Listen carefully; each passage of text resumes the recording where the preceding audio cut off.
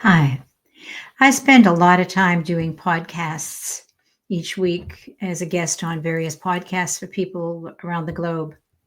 And one of the questions I've been asked a great deal recently, because it's amazing how things go in cycles, but recently it's about health and leadership, health and growth, health and change, and what impacts our health.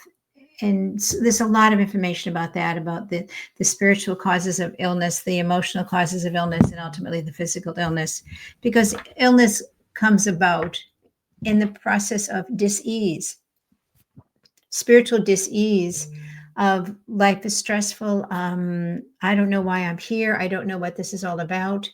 Life is a struggle, life is a burden, and so forth. And that then can be followed by anxiety or depression or whatever it is for you. And ultimately, when we live in this sense of stress and dis-ease, it frequently manifests physically. With all of that as the background, one of the things I move into in these discussions is looking at health and disease as a cause of growth, as a cause of self-awareness, and as a call back to who we're meant to be. I've worked with clients so many times in the past who have said to me, I don't know where this migraine comes from or why it shows up physically. And we can explain to you physiologically the process of a migraine and the development of it. But if we're to back up and look at it slightly differently, frequently somebody with that problem, there's a soft, subtle touch of, I'm not feeling good. When we ignore that because we want to push ahead and say, I'll stop whatever I'm doing as soon as I finish this one project. And then you're on a wave and think, oh, it's beginning to hurt a little bit more, but I've only got one more project after this, and then I'm going to be done for the day. I can call it quits. And so I keep pushing through the next one. Then all of a sudden the headache starts coming and you can feel it coming. You think, but I just want to be done with this. And then you're in huge pain. And it's like, why? Why does this happen to me? What if we listened way back when we slow down enough to notice the symptoms? This is not blaming the victim. This is looking at each one of us. What if we were to notice symptoms when they were small, so they never had to get large? We have the ability to have that impact on our own health, the impact through our own self-care to take care of us. That comes down to so many other diseases I could go into, but the disease itself is irrelevant, whether we're looking at the development of high blood pressure, the development of diabetes, whatever it may be. Usually when we do our annual checkups, do our readings, we can see things are high. What do we need to change? Or do we just surrender and say it's in my family and it's going to be what it's going to be? Again, the choice becomes ours. How do we do self-care? And do we take our health in our own hands? That preventative element is one part.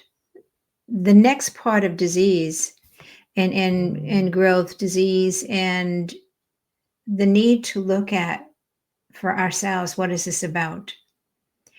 When you have a serious thing going to the other extreme, when you have a serious, whether heart attack, heart disease, cancer, for me, always the question is, what am I learning from this? Years ago, when HIV was new here in the late 80s, early 90s in New England, I would hear people say to me, I would never wish this on anybody. But the life lessons that I've learned from this, the grace and the change in me and how I see the world has been a gift beyond words. I've heard the same with clients who had cancer say to me, I would never wish cancer on anybody. It's horrific. But boy, has it changed my life for the better in the long run, not physically, but in the long run, I see life so differently. We even hear that with people from near-death experiences. They'll say, I can never look at the world the same after that experience. I will never see my life in the world in the same light. So it really comes down to our willingness to learn from anything, anywhere. Disease in itself, and looking at disease, and, not simply near-death experiences and all those others, but looking at disease itself. Clients who come up with cancer that will tell you, I will never approach life the same way. I've changed since my diagnoses. I've changed since my surgery. I've had serious health issues, 3 serious health issues in my own life. And I know that with each one of them, I've been called to stop and look at, where do I want to go with my life? What do I want to do with my life? I could lose it. But if I were to keep it, it's almost a second chance. If I get to keep this life, what is it that I want to do differently? And disease becomes that call for transformation, that call for growth, that call for change. How do I want to change as a result of this? What do I need to do within? What do I need to change about me, about my approach to life? Have I been running too hard? Have I been pushing too hard? Have I been doing too much? Have I lost sight of the big picture?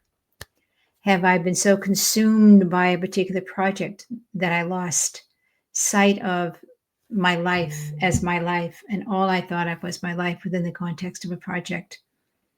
When we lose the big picture and we get consumed into something so small, our energy becomes so small and compact that health energy can't flow through us. It can't be healthy.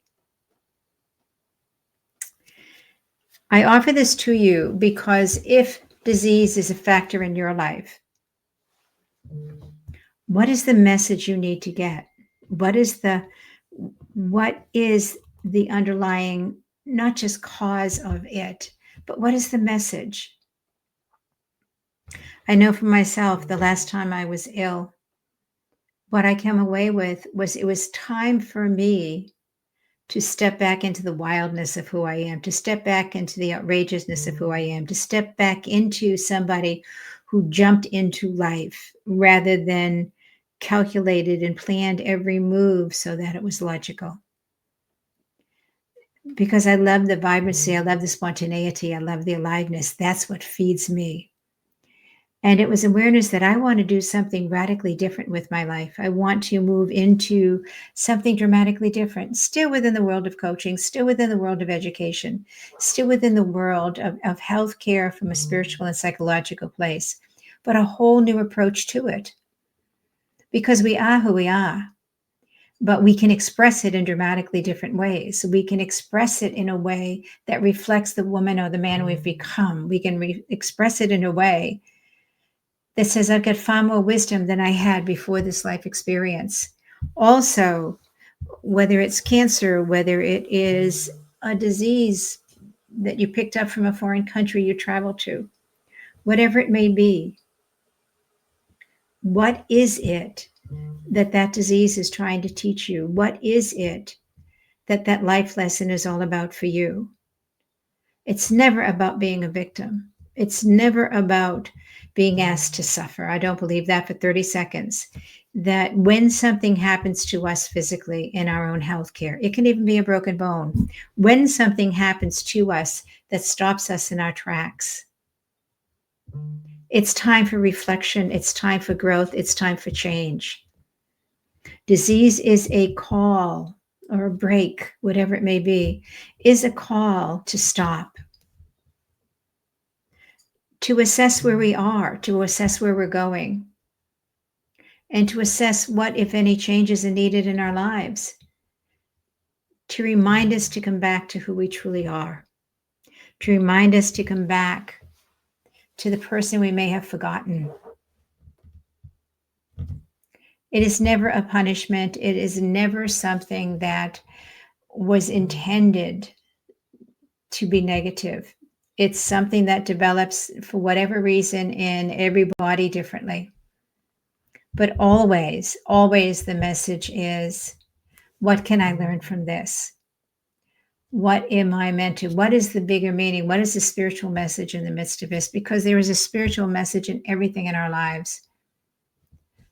All of this is a spiritual journey, and there are spiritual messages that show up constantly for us to learn from, to grow from, to understand.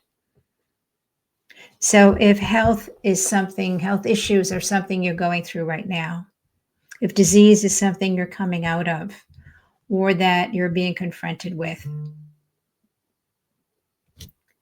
recognize it as a call to go within, a call for change, for transition, for transformation, perhaps, to allow you the opportunity to remember who you are, to remember why you're here, and who it is you're called to become, and how you're called to live your life in the future. Always, it's a call inward in order to allow you to go out in a much more fuller, healthier, happier way. And certainly one filled with gratitude as the gift of life that we get to have as we come through the other side.